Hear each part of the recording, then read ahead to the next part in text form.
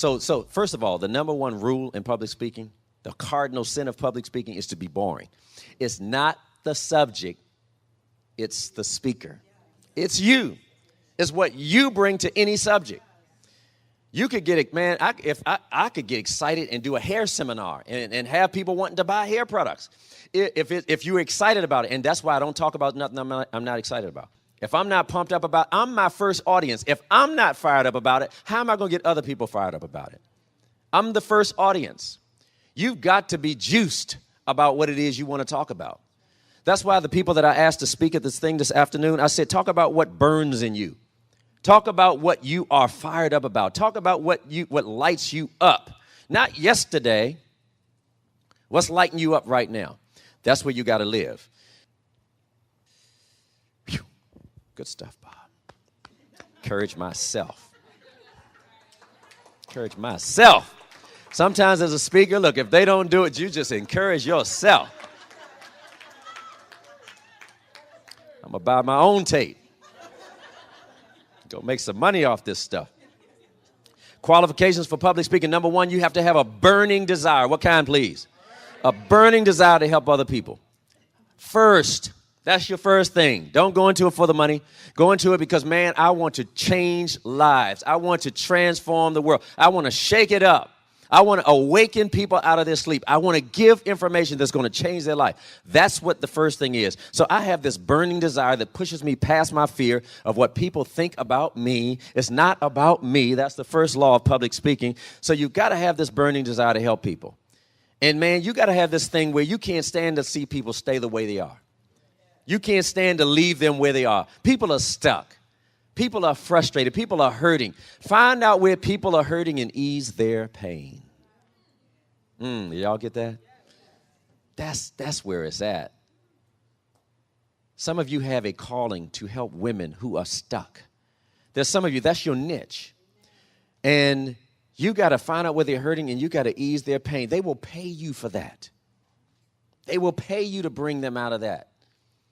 You create a way, a step-by-step process of getting them from here, stuck, to unstuck.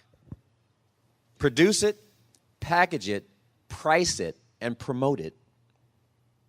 And that will produce a profit.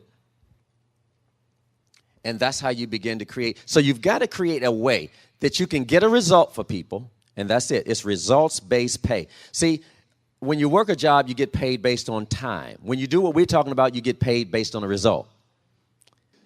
So you got to have a burning desire. Number two, oh, I love this. You must have a topic that's hot, a topic that's in demand. And at our training, what we do is we give you the topics that's in demand. But any topic can be in demand. How many know that people are under a lot of stress right now? So if you can help people with relieving stress, you've got a message. How many know that there are a lot of people financially in bondage right now? If you got a message on that, people want to lose weight. People want to be accepted. People need their self-esteem raised.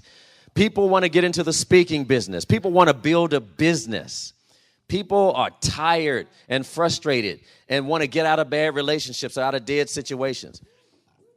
So what you have to do is pick a niche. That niche is where you're going to specialize and you're going to develop a way, a system. And the best thing to do is to solve the problem in your own life. And then once you do, document the process of how you solved it, package that, and now millions of other people got the same problem. That was a nugget. That was gold right there. Thank you. Yes. Because you've done it. Because you've done it. And you can say, you know what? I was right where you are. I used to sit in these meetings and listen to Jim Rohn and Les Brown and Brian Tracy and all of that. And I said, I want to do that. I want to do what they're doing. I wasn't doing it at the time. And now I am. And they didn't even give me a system for doing it. I took an inspired action. I felt an unction to do something and I stepped into it. And so, a topic that's in demand. Number 3, you have to become an expert on your subject.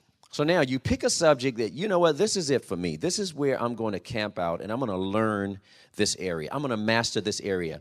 And here's the thing that I love. When I started teaching people about how to build a business, and I started the School of Entrepreneurs in my basement, and these people were coming, I wasn't necessarily an expert. I was just at a higher level than they were. Did you get that? So it's not so much that you're this guru. You've just conquered things they haven't. That puts you in a position where you can now teach.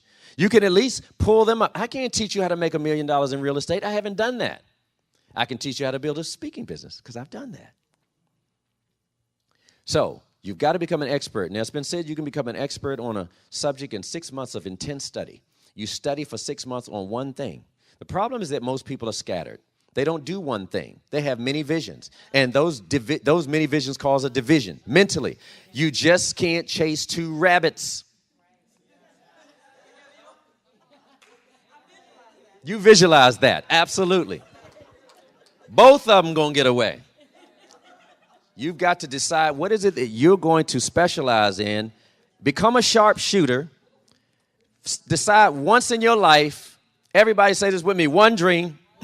One vision, one purpose, one mission. I love that right there.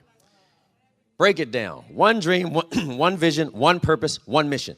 If you can narrow your life down and throw everything else overboard and say, this is the path I'm going to be on, I'm going to stay on it until it reveals its secrets to me, until it gives me the goods. And that's what I did. So every day I get approached with a new business opportunity and somebody wants me to get into their thing because Uncle Ray is doing it and Bobo is doing it. Oh, Bobo, he's making a lot of money in it. And Shanae's doing it too. Absolutely. And so one dream, one vision, one purpose, one mission. Can I tell you what it's called, everybody? It's called the skill of discrimination. I am discriminating. It's like this. When I chose my wife, I discriminated against every other woman, right? I made one. If I'm looking for steak, I pass the hot dogs, I pass this, I'm going for one thing. You're going to have this thing in your life where you decide, and sometimes, everybody, I can tell you what a problem is with this. You're too busy running around, so you don't get that.